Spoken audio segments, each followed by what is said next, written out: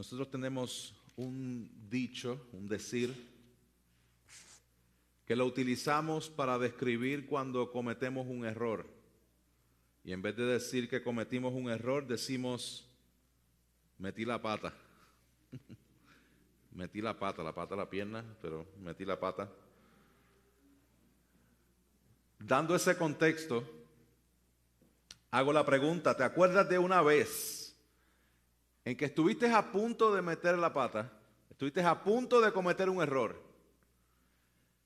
pero alguien te guardó de hacerlo?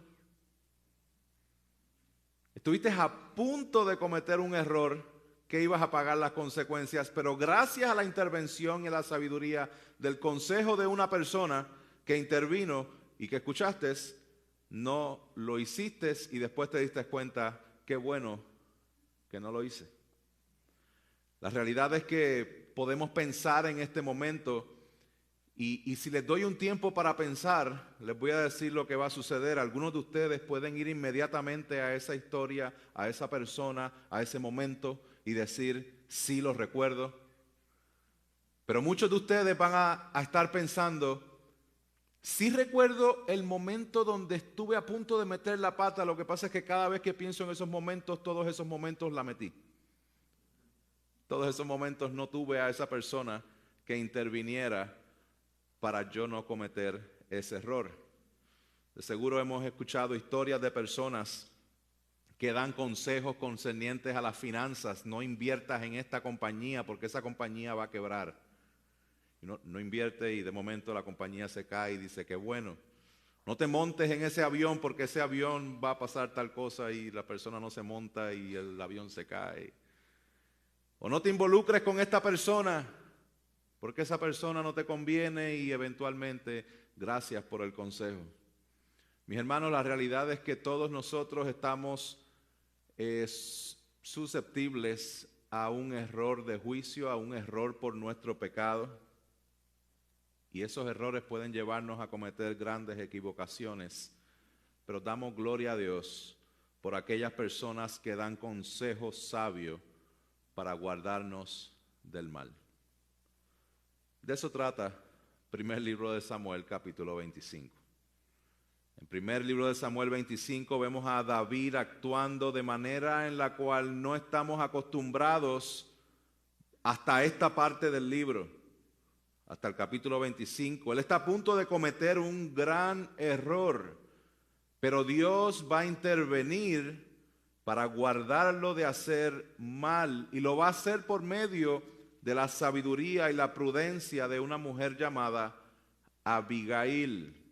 Así que antes de entrar en la historia, vamos a leer nuevamente el verso 1, porque el verso 1 nos da una información que es bien importante. Dice que murió Samuel y se juntó todo Israel y lo lloraron y lo sepultaron en casa de Ramá. Este es el contexto de lo que estaba sucediendo en el momento. ¿Por qué esto es importante? Porque Samuel era bien importante. Imagínense a un presidente querido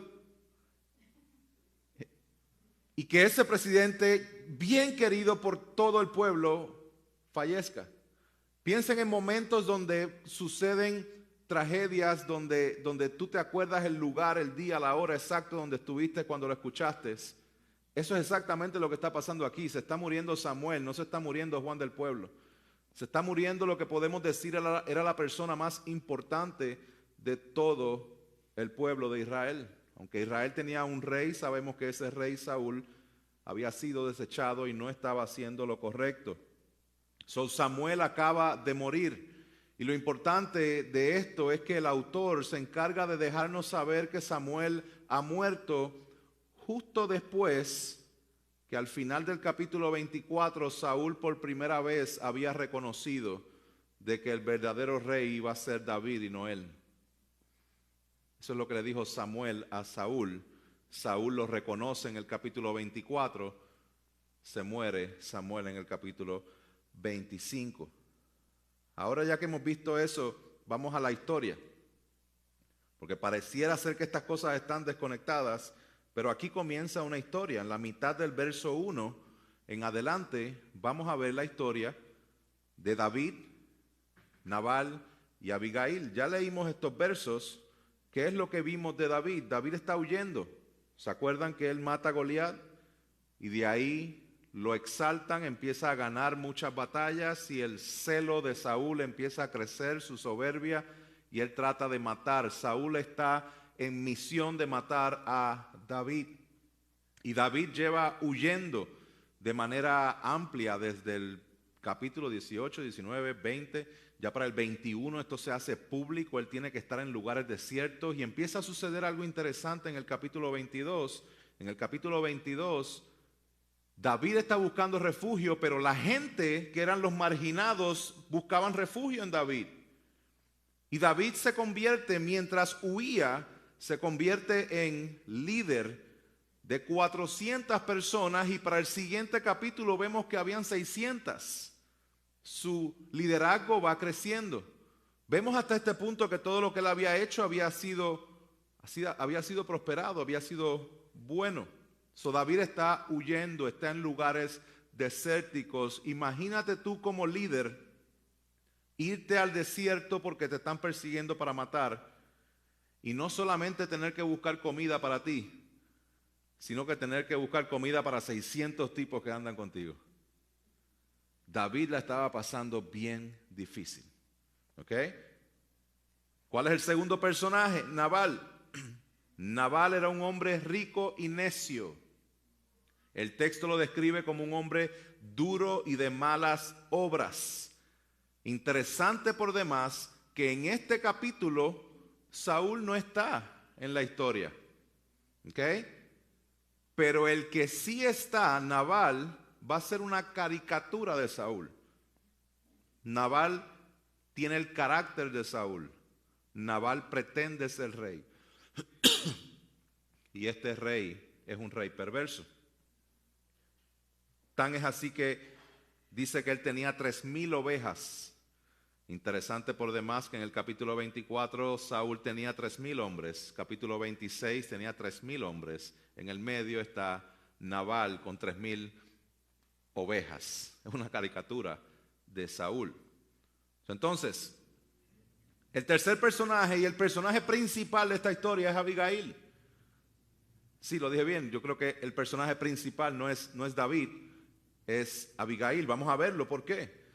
Abigail es la esposa de Nabal, descrita como hermosa y de buen entendimiento. Y ella va a asumir este rol protagónico.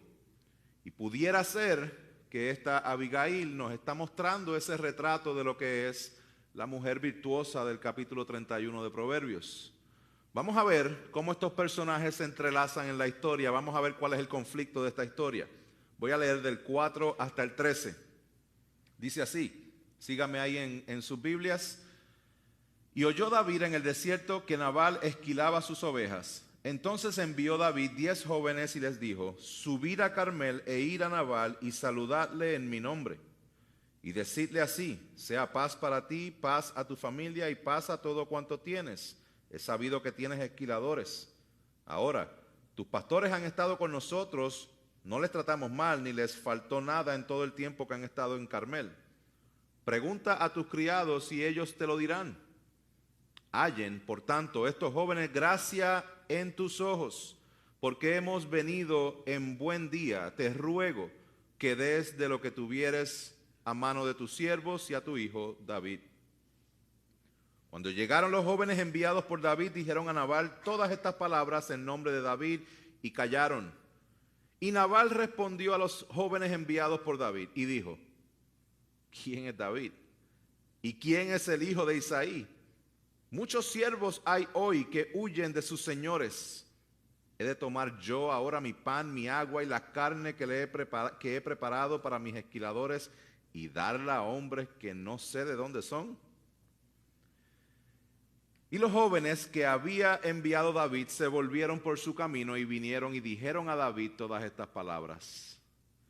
Entonces David dijo a sus hombres: cíñase cada uno su espada. Y se ciñó cada uno su espada, y también David se ciñó su espada, y subieron tras David como 400 hombres y dejaron 200 con el bagaje. Qué problemón. ¿Qué estrategia está buscando David ante la dificultad de estar en el desierto con 600 hombres? ¿Qué él está tratando de hacer? David está tratando de hacer un buen vecino. David está en lugares desérticos, está en lugares peligrosos, y en esos lugares muchas veces se encuentran pastores cuidando a sus ovejas. David decide asumir el rol de cuidar de esos pastores. Y esos pastores pertenecían a Nabal.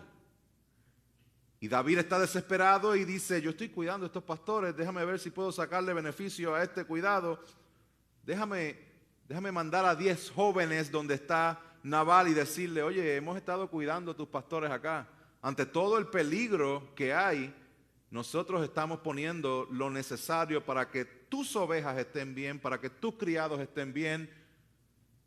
Pero tenemos hambre, envíanos comida. ¿Y qué hace Nabal ante esta petición? Nabal dice: ¿quién es este David? Pero quiero que lo escuchen con un tono de arrogancia, porque es la manera en que él lo hace. ¿Quién es este David? ¿Y quién es este hijo Isaí? O sea, no sabes quién es David, pero sí sabes el nombre de su papá. O sea, estamos viendo que Nabal era un hombre malvado, era un hombre que no quería ser generoso, era un hombre que, aunque le estaban ayudando, él no quería ayudar, no estaba haciendo lo bueno. Ya el autor nos había dicho que este señor hace obras malas, que es un hombre necio. A propósito, más adelante vamos a ver cómo Abigail dice, ese es el significado de su nombre. Nabal significa necio. Y llega el mensaje de vuelta a David, y aquí es donde vemos algo sorpresivo. David, sin mediar palabra, escucha lo que Nabal dijo e inmediatamente ya tiene la solución al problema. Vamos a eliminarlos a todos. Se ciñó la espada, cíñanse la espada, que los vamos a destruir. Vamos a limpiar la casa de Nabal. ¿Por qué esto es una gran ironía? Porque hasta este punto esta actitud la habíamos visto en Saúl, pero no en David. David, ¿qué está pasando? ¿Por qué estás tan molesto? ¿Por qué reaccionas de esa forma?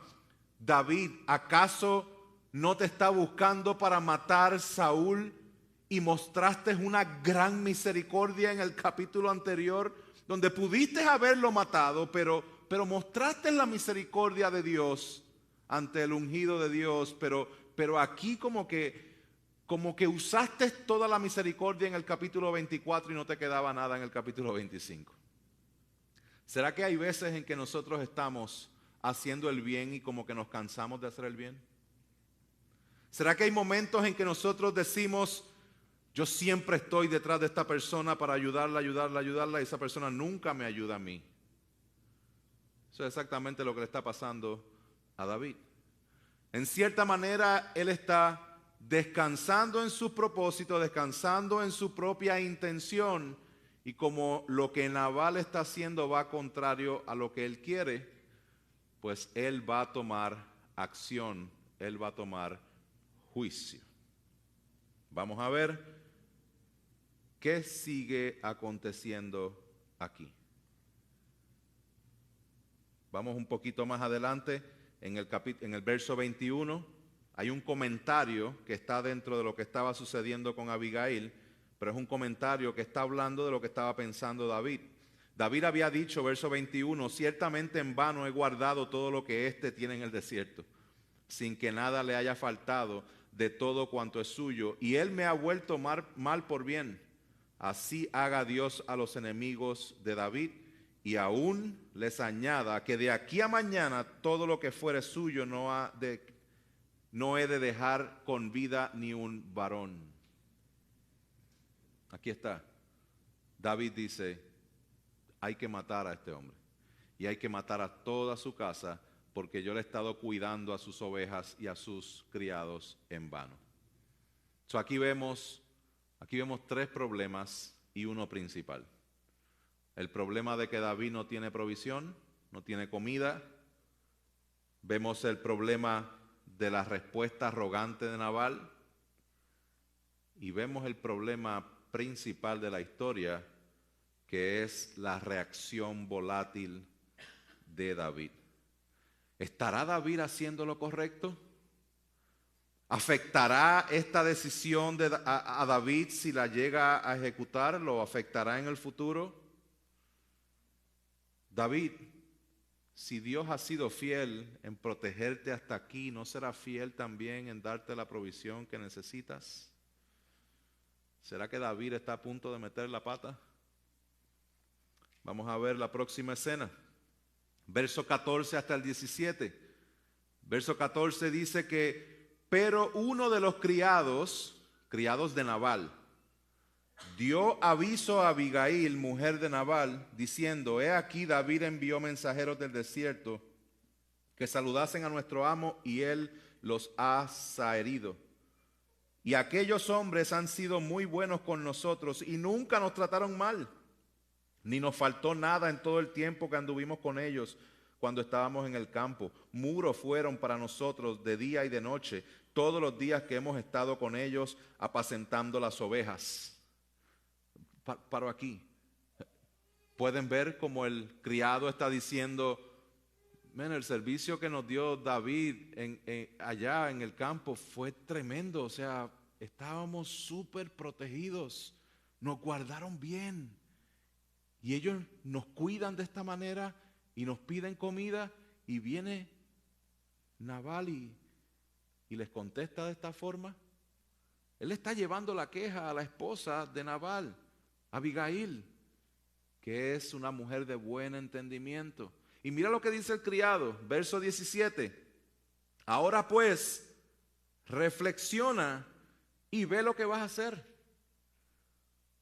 Abigail, nos van a matar a todos, o tú haces algo o nos limpian a todos. Reflexiona en esto que te estoy diciendo y toma acción. Reflexiona y toma acción. Dice: porque el mal está ya resuelto contra nuestro amo, contra toda su casa, pues él es un hombre tan perverso que no hay quien pueda hablarle. No hay quien pueda ir donde él, porque es que él no escucha. Él se cree que las sabe todas. No hay manera de convencerlo. Hay que hacer algo, Abigail. La de la inteligencia eres tú. La de la prudencia eres tú. La de la sabiduría eres tú. Reflexiona y toma acción. La pregunta es: ¿qué habrá reflexionado Abigail? ¿Y qué tipo de acción tomó? Ustedes saben que estas cosas van de la mano, mis hermanos. Lo que nosotros estamos maquinando en nuestra mente eventualmente se convierte en lo que estamos accionando. Si estás pensando algo en específico, eventualmente ahí te vas a encontrar específicamente haciéndolo. Hay algo aquí que él le está pidiendo a Abigail: reflexiona y haz. Reflexiona, toma acción. ¿Qué habrá reflexionado Abigail?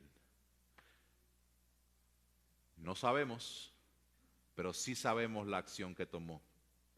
Y al saber la acción que tomó, vamos a llegar a la conclusión de lo que ella estaba reflexionando. Así que vamos a ver qué fue o cuál fue la acción que ella tomó. Versos 18 al 20. Vamos a ver aquí que ella tomó acción y se va a encargar de solucionar este gran problema. Dice el verso 18: entonces Abigail tomó luego 200 panes, 2 cueros de vino, 5 ovejas guisadas, 5 medidas de grano tostado, 100 racimos de uvas pasas y 200 panes de higos secos, y lo cargó todo en asnos, y dijo a sus criados: id delante de mí y yo seguiré luego. Y nada declaró a su marido Nabal.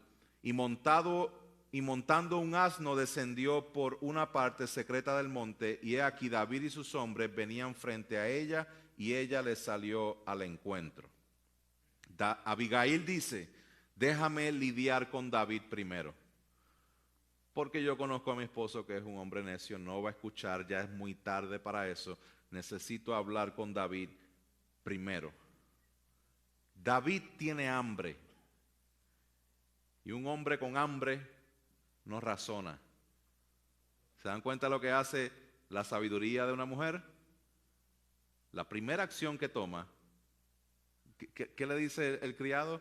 Reflexiona y toma acción. Y ella, sin decir nada, rápido empezó a buscar la comida. Tomó 200 panes, los cueros de vino, tomó la comida. La estrategia es clara: proveer alimentos para entonces poder persuadir a que no mate a su esposo y a toda su casa. Había una necesidad, había un problema de falta de provisión, y ella lo identifica. Ella dice: vamos a cubrir eso, después vamos al segundo problema, que es que no nos mate, que no nos mate. Con respecto a mi esposo, yo lidio con él después, yo hablo con él después. Y dice el texto: y he aquí David y sus hombres venían frente a ella, y ella les salió al encuentro. Vamos a ver ahora la manera en que ella reflexionó. Vamos a ver la manera en que una mujer sabia reflexiona y actúa. Reflexiona y actúa. En primer lugar, ella actúa con humildad y sumisión. Verso 23 dice: y cuando Abigail vio a David, se bajó prontamente del asno y postrándose sobre su rostro delante de David, se inclinó a tierra y se echó a sus pies. Abigail reconoce la autoridad de David, y sin decir ni una sola palabra todavía, ya está comunicando con su postura que ella respeta la autoridad de David y que ella se somete a esa autoridad. Acuérdense, no es una autoridad cualquiera, es una autoridad del ungido de Dios, ungido por el profeta más importante de toda la nación que acaba de morir.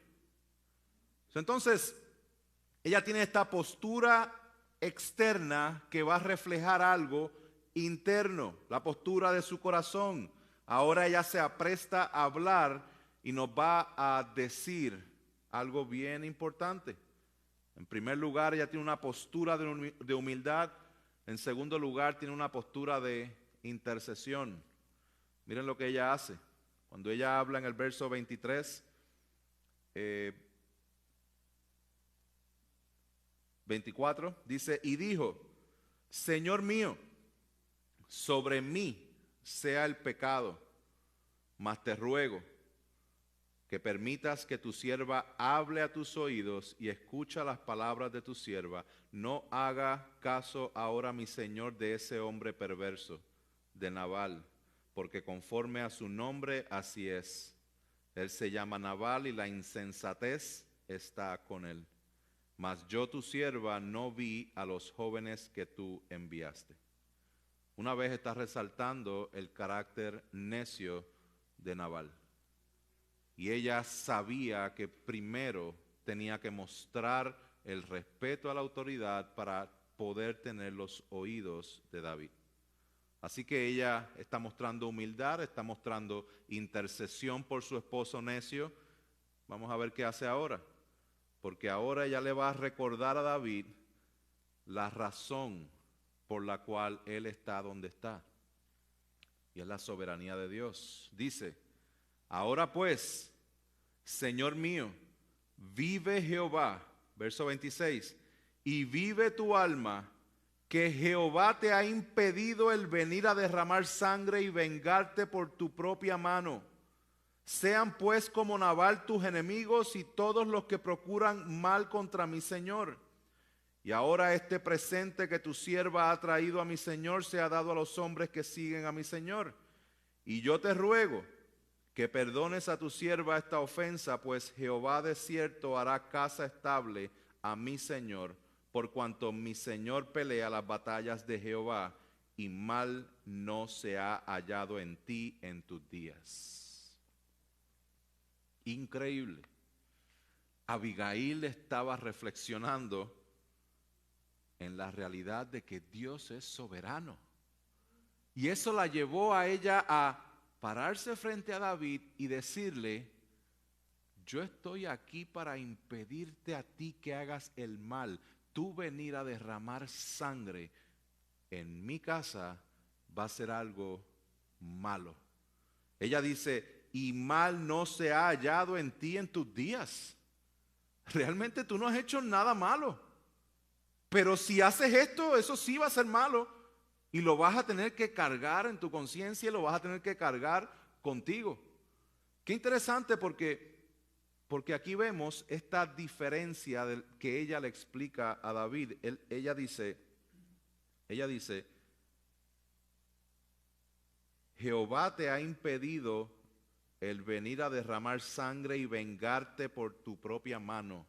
Lo que David estaba tratando de hacer era por su propia mano, por su propio interés, por su propia causa.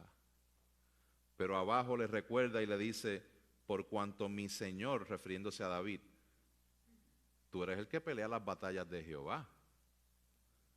Entonces, si tú eres el que peleas por la causa de Jehová, ¿cómo es que ahora vas a pelear por la causa tuya porque no te dieron de comer? ¿Lo ven? David ha mezclado la idea de pelear. Él pelea y él gana, sí, pero todas tus peleas, David, han sido por la causa de Dios y no por la causa tuya. Y esa es una de las tentaciones que nosotros enfrentamos como cristianos todo el tiempo. Que somos cristianos y vivimos para su gloria, pero las decisiones que muchas veces estamos tomando son tomadas basadas en nuestra causa y no la causa de Dios. Nuestro tiempo lo administramos no para la gloria de Dios, sino para la causa nuestra. Muchas cosas hacemos poniéndonos a nosotros por encima de la causa del Señor. Vamos a ver qué sucede de manera adicional, porque Abigail ahora va a animar a David. Abigail anima a David, no solamente le recuerda la soberanía de Dios, y ahora que le va a animar ¿a qué? A confiar en ese Dios que es soberano. Miren el verso 29, dice, aunque alguien se haya levantado para perseguirte, o sea, le está diciendo, yo sé que Saúl te está persiguiendo, yo sé que tú estás huyendo porque te quieren matar. Dice, aunque alguien se haya levantado para perseguirte y atentar contra tu vida, con todo, la vida de mi Señor será ligada en el haz de los que viven delante de Jehová tu Señor. Déjame explicar eso, porque parece un poco confuso. Ella le dice, la vida de mi Señor, de David, tu vida está en el haz de los que viven delante de Jehová tu Dios. ¿Qué significa eso? Eso significa que está guardada. Dios ha dicho algo sobre ti y lo que Dios ha dicho va a suceder. Tu vida está guardada en Dios mismo, contrario a la vida de tus enemigos. Mira el verso 30, perdón, el 29, la otra mitad. Dice, y él arrojará la vida de tus enemigos como de en medio de la palma de una honda. ¿Se acuerdan qué utilizó David para matar a Goliat? Una honda. ¿Y se acuerdan qué sucede con la honda? ¿Qué hace la honda? Pones una piedra. ¿A dónde va esa piedra? Eso es lo que va a pasar con los enemigos. Mientras tú estás guardado, Dios va a agarrar tus enemigos como si los pusiera en una honda y los va a tirar al vacío. Tú estás guardado. Tus enemigos están perdidos. Por lo tanto, puedes descansar. Aunque te estén persiguiendo, aunque te estén haciendo lo que están haciendo, puedes confiar en la soberanía de Dios. Abigail es la perseguida, la que van a ir a matar a toda su casa, pero es la que le está dando ánimo a David a que confíe en las promesas que Dios le ha dicho concerniente a que él es rey.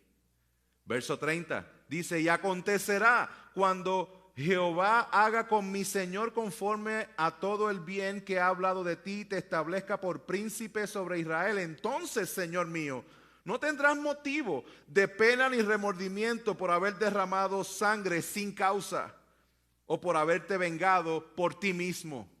Una vez más, qué brillante, qué sabia es esta mujer.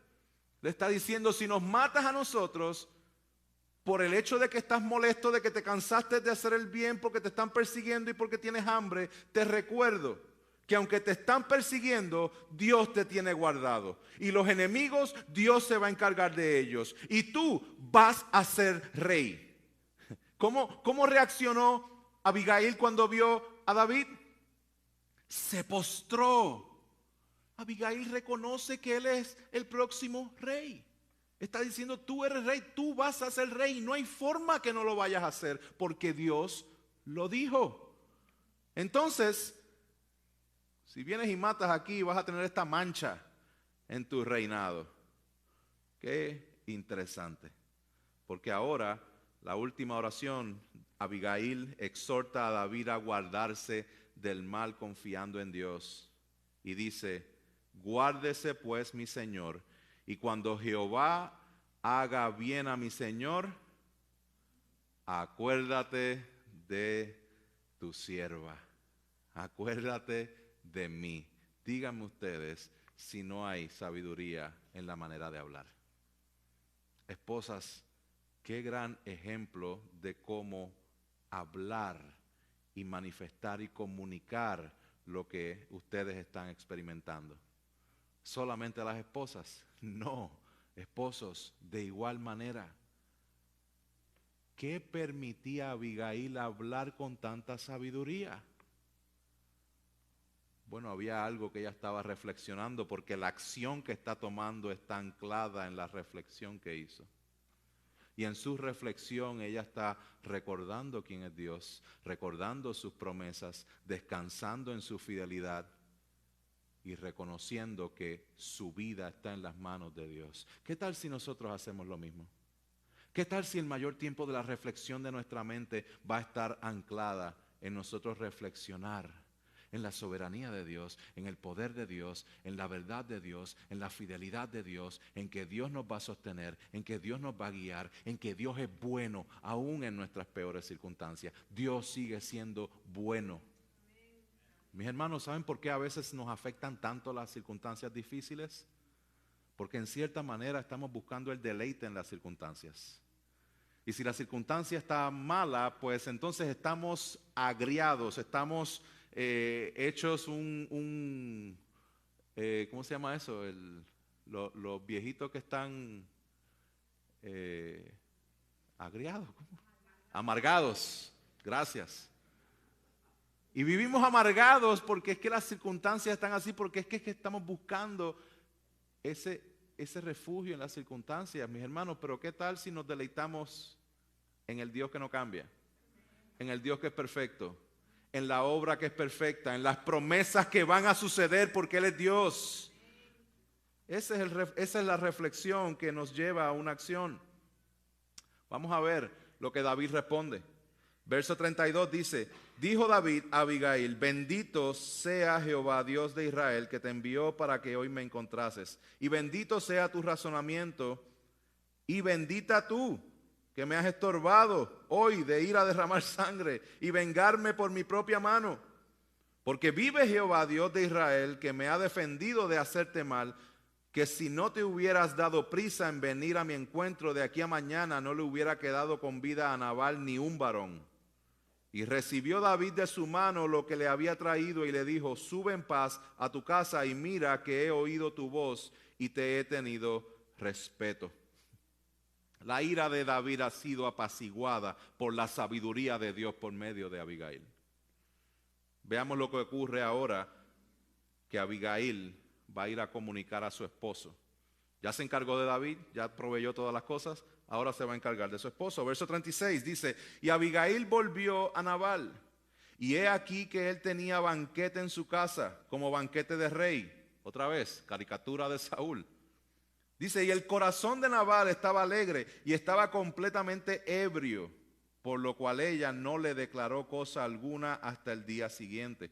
Pero por la mañana, cuando ya Nabal se le había pasado los efectos del vino, le refirió su mujer estas cosas y desmayó su corazón en él. Y se quedó como una piedra. Y 10 días después Jehová hirió a Nabal y murió. Luego que David oyó que Nabal había muerto, dijo, pausa, lo que David va a decir trae resolución a los 3 conflictos que le dije al principio. ¿Cuáles eran esos 3 conflictos? La provisión, Nabal, y que iba a matar a toda esa gente, derramar sangre por su causa. Miren el verso 39. David dijo: bendito sea Jehová, que juzgó la causa de mi afrenta recibida de mano de Nabal, y ha preservado del mal a su siervo, y Jehová ha vuelto la maldad de Nabal sobre su propia cabeza. Todo ha sido solucionado por la sabiduría de Dios manifestada en la vida de Abigail, que fue utilizada para intervenir para que David no hiciera lo malo. Qué interesante, mis hermanos, porque esta historia nos lleva a pensar que aquí lo que va a venir es algo glorioso, algo bueno. Mas, sin embargo, la historia termina con un final medio raro. Ok, vamos a ver. Dice el verso 39, después envió David a hablar con Abigail para tomarla por mujer. Y los siervos de David vinieron a Abigail en Carmel y hablaron con ella, diciendo: David nos ha enviado a ti para tomarte por su mujer. Y ella se levantó e inclinó su rostro a tierra, diciendo: he aquí tu sierva, que será una sierva para lavar los pies de los siervos de mi señor. Y levantándose luego Abigail con 5 doncellas que le servían, montó en un asno y siguió a los mensajeros de David, y fue su mujer. También tomó David a Ahinoam de Jezreel, y ambas fueron sus mujeres, porque Saúl había dado a su hija Mical, mujer de David, a Palti, hijo de Lais, que era de Galim. Se los dije que era un final raro. Un final que, wow, ¿qué está pasando aquí? Vamos a conectar los puntos, porque nosotros vimos que en el capítulo 8 el pueblo pidió un rey como las demás naciones. Y obviamente este rey fue Saúl, que hizo lo malo y fue desechado por Dios en el capítulo 15. Capítulo 16, Dios unge a David, un hombre conforme al corazón de Dios. Y vemos como David iba bien en todo este proceso.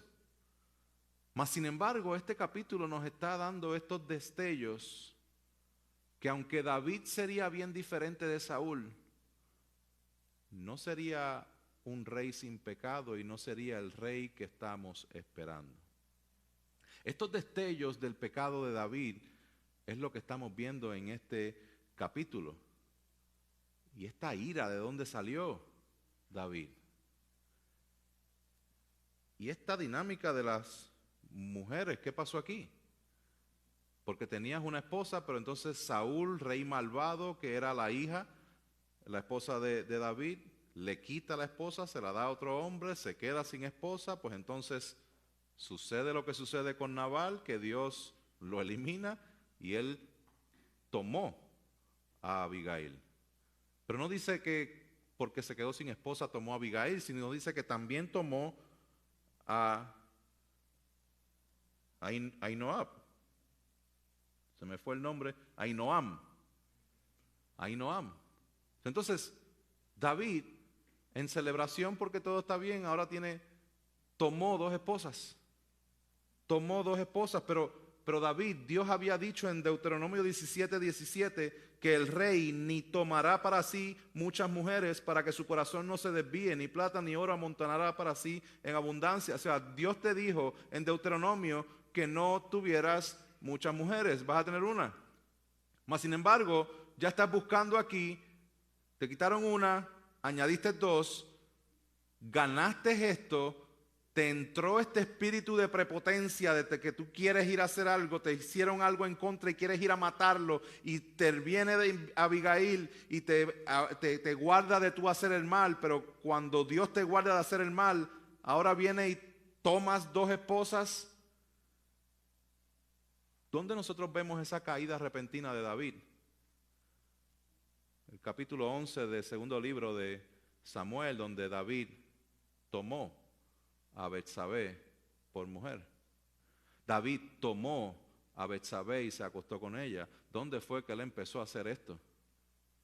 Aquí en el capítulo 25. El capítulo 25 nos está dando destellos de que David es el ungido de Dios, que Dios va a levantar en ese momento conforme al corazón de Dios, pero la única manera en la cual él va a subsistir es porque Dios va a mostrar misericordia. Y el rey verdadero no va a ser David, ese rey verdadero va a ser Cristo. Cristo. Segunda de Samuel capítulo 7 habla que Dios va a mostrar misericordia a David y que de la descendencia de David se iba a levantar este rey que permanecería para siempre. Así que ¿cómo esto conecta con Cristo?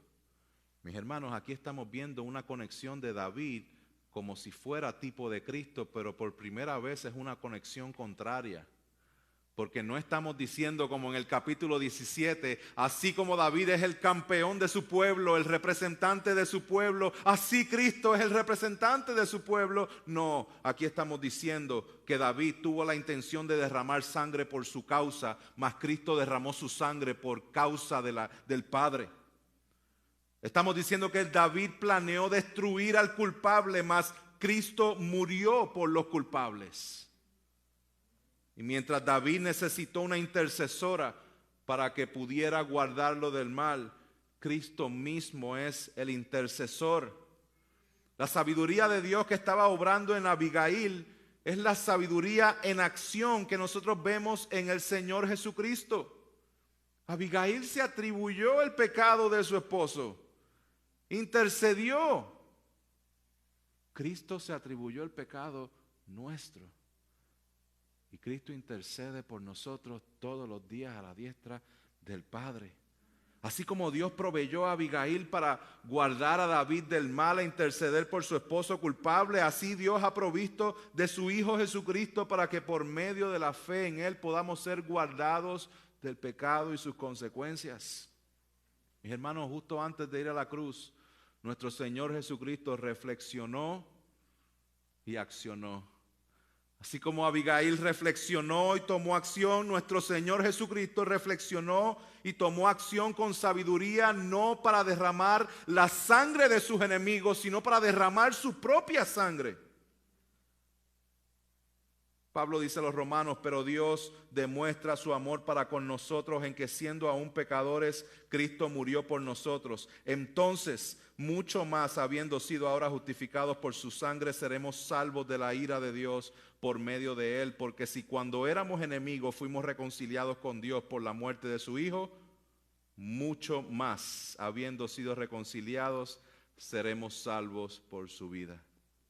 Mis hermanos, esta historia del capítulo 25 nos invita a ti y a mí, y aquí puede anotar, a que reflexionemos en Cristo y tomemos acción para guardarnos unos a otros del mal. Repito, este capítulo 25 nos invita a que reflexionemos en Cristo, a que reflexionemos en Cristo y tomemos acción para guardarnos unos a otros del mal. Aquellos que no están en Cristo. Esta historia apunta a que reflexiones en la condición de tu alma y te preguntes, ¿quién podrá guardarte del juicio por tu pecado? El problema principal de cada persona es su pecado, su rebeldía contra Dios. Y lo peor que puede pasar una persona es enfrentarse a la ira de Dios por la eternidad, porque ahora rechaza la obra de Cristo. Solamente por la obra de Cristo, poniendo tu fe en Cristo, solamente ahí puedes ser guardado del mal. Solamente ahí, poniendo la fe en Cristo, puedes tener vida eterna y la sabiduría que te permite actuar para sus propósitos y no los tuyos. Así que ven a Él en arrepentimiento y fe hoy, ahora si es posible. Confía en Cristo para la salvación de tu alma. Y si tú estás pensando esto, por favor ven y habla conmigo o con el pastor Michael cuando se acabe el servicio. Iglesia, así como vimos cómo Dios guardó a David del mal por medio de la sabiduría de Abigail, pregunta cómo Dios nos guarda del mal a ti y a mí hoy. ¿Cómo Dios nos guarda del mal? Simplemente escuchen, 2 de Pedro, capítulo 1, verso 3, dice, su plan divino, pues su divino poder nos ha concedido todo concerniente a la vida y la piedad, mediante el verdadero conocimiento de aquel que nos llamó por su gloria y excelencia. Por ellas, Él nos ha concedido sus preciosas y maravillosas promesas, a fin de que ustedes lleguen a ser partícipes de la naturaleza divina, habiendo escapado de la corrupción que hay en el mundo por causa de los malos deseos. Por esta razón también, obrando con toda diligencia, tomen nota, añadan a su fe virtud, y a la virtud conocimiento, y al conocimiento dominio propio, y al dominio propio perseverancia, y a la perseverancia piedad, a la piedad fraternidad, y a la fraternidad amor, pues estas virtudes al estar en ustedes y al abundar no los dejarán ociosos ni estériles en el verdadero conocimiento de nuestro Señor Jesucristo. Y al final dice, porque mientras hagan estas cosas, nunca caerán, porque mientras hagan estas cosas, nunca caerán. ¿Cómo Dios nos guarda del mal? Cuando estamos reflexionando en la obra que Cristo ha completado y le estamos añadiendo a la fe virtud, a la virtud conocimiento y así sucesivamente. Estas cosas nos debemos preguntar, ¿dónde nosotros las encontramos y dónde podemos ponerlas en práctica? Mis hermanos, ¿dónde Dios nos guarda hoy? ¿Dónde Dios nos guarda del mal? Dios nos ha dado pastores y maestros a la iglesia para que enseñemos la palabra de Dios, para que usted aprenda la palabra de Dios y crezca en la palabra de Dios y medite en la palabra de Dios y reflexione en la palabra de Dios para que tome acción. Mis hermanos, lo que Dios nos ha dado es la iglesia. Dios nos ha dado la iglesia para que nosotros, por medio de la enseñanza y por medio de la congregación y por medio del hacer vida juntos, podamos recordarnos lo siguiente: que Dios siempre es fiel para guardar a los suyos para sus propósitos, y que Dios siempre es fiel para cumplir cada una de sus promesas. Mis hermanos, así como Abigail reflexionó y tomó acción con sabiduría, Dios ha dado la iglesia para que crezcamos en humildad, reconociendo nuestro pecado. Y que nosotros intercedamos unos a otros, así como intercedió Abigail, y que reconozcamos juntos que servimos a un Dios soberano. Que reconozcamos juntos y crezcamos en obediencia hacia el Señor. Él es a quien nos ha enviado para guardarnos del mal. Mis hermanos, Dios nos ha dado unos a otros para que nos animemos unos a otros en medio de todas las circunstancias de la vida y para que nos guardemos del mal. ¿Se acuerdan de la pregunta que les hice al principio? ¿Te acuerdas de una vez en que estuviste a punto de meter la pata y alguien te guardó de hacerlo? Te pregunto ahora, ¿te acuerdas todas las veces que hubieses querido tener a alguien que te guardara de meter la pata? Déjame preguntártelo con seriedad. ¿Te acuerdas de todas las veces que hubieses querido tener a alguien que te guardara del mal? Iglesia, esto es parte esencial del llamado que Dios nos da a cada uno de nosotros. No pienses únicamente en los demás, estoy hablando directamente a ti. Escucha estas palabras, porque Dios llama a su iglesia a que constantemente reflexione en la obra de Cristo e interceda y tome acción para que nosotros guardemos a los hermanos. La pregunta es esta: ¿cuán activo tú estás en guardar a tu hermano? Iglesia, tu trabajo de parte de Dios es guardar a tu hermano. Que tu hermano, cuando esté a punto de meter la pata, que tú puedas estar lo cerca suficiente para decirle: hey, acuérdate de la soberanía de Dios, acuérdate de las promesas, mantente firme en esto, lo que Dios dijo que iba a hacer, lo va a hacer. Este es el trabajo no solamente de los pastores, y este es uno de los errores más grandes que el campo hispano, que la comunidad hispana tiene en estos días, que piensan que este es el trabajo de los pastores. No, este no es solamente el trabajo de los pastores, este es el trabajo de todos nosotros. Si nos llamamos cristianos, si te llamas cristiano, es porque Dios te ha salvado y te ha unido a una iglesia para que tú seas parte de los que cuidan unos a otros. Mis hermanos, al igual que David, constantemente nosotros corremos el peligro de vivir por nuestra causa y no por la causa de Dios. Y reaccionamos de manera volátil y nos olvidamos que nuestro Señor padeció por nosotros. Y nosotros estamos llamados a soportarnos unos a otros y a caminar juntos unos a otros. Mis hermanos, nos necesitamos unos a otros para guardarnos del mal. Nos necesitamos unos a otros. Déjame darte 2 exhortaciones para finalizar. 2 exhortaciones. La primera es que nos cuidemos como Nabal de la arrogancia. Cuidémonos de la arrogancia. Nabal era un tipo arrogante. Cuando iban a hablar con él decían como que ¿para qué vamos a hablar con él si sabemos que no nos va a escuchar? Hay veces que pensamos que lo sabemos todo y nos volvemos arrogantes y dejamos de escuchar y la gente ya ni viene porque es que no vamos a escuchar. Padres, ustedes tienen la autoridad sobre sus hijos, pero eso no significa que deben ignorar el sentir de sus hijos. Cuando Abigail se acercó a David, ella reconocía lo que David estaba pasando. Y nosotros debemos entender lo que nuestros hijos están pasando, así que escúchenlos, escuchen a sus hijos. Permítanles que hablen, permítanles que ellos puedan comunicarse y cuando se comuniquen, no les cierres la puerta a la comunicación porque entonces no van a venir a ti. A los hijos, kids, the same way, what I've been talking here is to not be arrogant. There's sometimes that you're going to know more stuff that we do because you know more stuff from the culture than us. But a lot of times your parents are going to come to you to give you a good counsel, a good advice, so you don't do a mistake, so you don't do something that is going to hurt you in the future. Sometimes it feels like, I don't think that they're right. Listen to them. Listen to them. Because what they are pointing you to is to Jesus Christ. Listen to them. Iglesia, oren por sus pastores.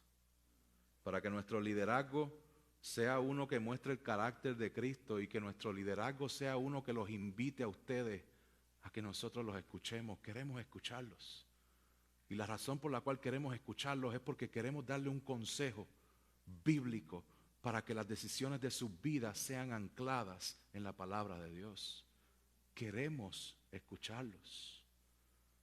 Pastor Michael, tenemos algo bien pesado en nuestros hombros, pero tenemos la ayuda del Espíritu Santo y tenemos que orar para que el Señor nos guarde de tener un liderazgo autoritario de manera tal que se convierta en abusivo. Nosotros no somos los que mandamos aquí. Aquí manda el Señor y su palabra. Y muchas veces el estar en una posición como esta nos lleva a tomar posiciones y tomar acciones en la cual ya la gente ni viene porque es que no los escuchamos. We gotta listen. Tenemos que escucharlos. Última exhortación, mis hermanos. Y esto es a los fieles de la iglesia. Y cuando digo a los fieles de la iglesia, son aquellos que en su mayor parte del tiempo, cuando es el miércoles en la noche, ahí están. Y cuando es el servicio especial, ahí están. Y cuando es el día de escuela dominical, ahí están. Y ahí están, ahí están. Ustedes saben quiénes son. Yo estoy seguro que ustedes lo están haciendo bien, pero a veces se cansan. A veces se cansan de que ustedes están sirviendo todo el tiempo. Y personas que también son de la iglesia, que deberían estar sirviendo, no lo están, pero ustedes están porque yo estoy sirviendo si aquel no sirve y te daña el corazón. No, haz el bien en todo tiempo porque a su tiempo segaremos y no desmayamos. ¿para quién servimos? Servimos al Señor. El llamado no es nosotros mirar de reojo a los hermanos que todavía no están viniendo con consistencia. Nuestro llamado es ser paciente con ellos y amarlos y servirles y mostrarles el camino de la sabiduría de Dios para que ellos tomen decisiones ancladas en el Señor. Mis hermanos, reflexionemos en Cristo y tomemos acción para guardarnos del mal unos a otros. Pongámonos de pie.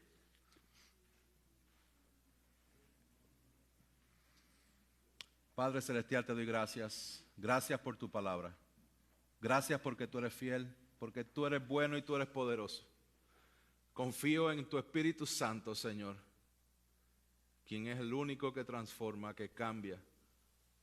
Señor, tu palabra la creemos, nos anclamos en ella y pedimos, Señor, con humildad que tú nos ayudes a crecer, a que nuestra reflexión diaria sea una reflexión en ti y que podamos siempre, Señor, darte gloria y honra, guardándonos unos a otros del mal. En el nombre poderoso de Jesús. Amén.